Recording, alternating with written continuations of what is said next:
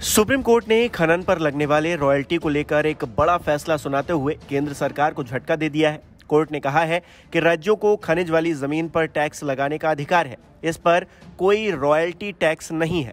गौरतलब है कि सुप्रीम कोर्ट खान और खनिज विकास और विनियमन अधिनियम 1957 के तहत एक महत्वपूर्ण मुद्दे पर सुनवाई कर रहा था।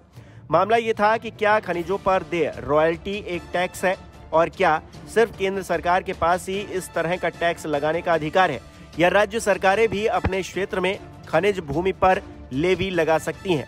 सुप्रीम कोर्ट ने अपने फैसले में कहा है 7 जजों की संविधान पीठ का 1989 का फैसला गलत था, जिसमें कहा गया था कि खनिजों पर रॉयल्टी एक टैक्स है। चीफ जस्टिस DY चंद्रचूड़ ने फैसला सुनाते हुए कहा कि संविधान की दूसरी सूची की प्रविष्टि 50 के तहत संसद को खनिज अधिकारों पर कर लगाने का अधिकार नहीं है।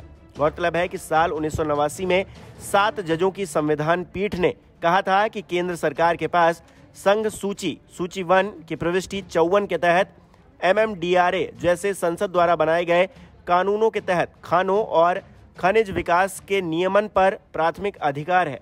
राज्यों के पास केवल MMDRA के तहत रॉयल्टी एकत्र करने का अधिकार है और वो खनन और खनिज विकास पर कोई और कर नहीं लगा सकते। कोर्ट ने ये माना था कि रॉयल्टी एक कर है और जैसे कि रॉयल्टी पर उपकर रॉयल्टी पर एक कर है, राज्य विधानमंडल की क्षमता से परे है, क्योंकि ये केंद्रीय अधिनियम की धारा 9 क्षेत्र को कवर करती है। फिलहाल CJI चंद्रचूड़ की अध्यक्षता वाली 9 जजों की सुप्रीम कोर्ट की बेंच ने 8-1 के बहुमत से पुराने कई फैसलों को रद्द कर दिया है, जिससे ओडिशा, झारखंड, पश्चिम बंगाल, छत्तीसगढ़, मध्य प्रदेश और राजस्थान जैसे खनिज संपन्न राज्यों को राहत मिली है। हालांकि अदालत ने यह भी स्पष्ट किया है कि संसद के पास निकाले गए खनिजों पर कर लगाने की सीमाएं, प्रतिबंध और यहां तक कि रोक लगाने की शक्ति है।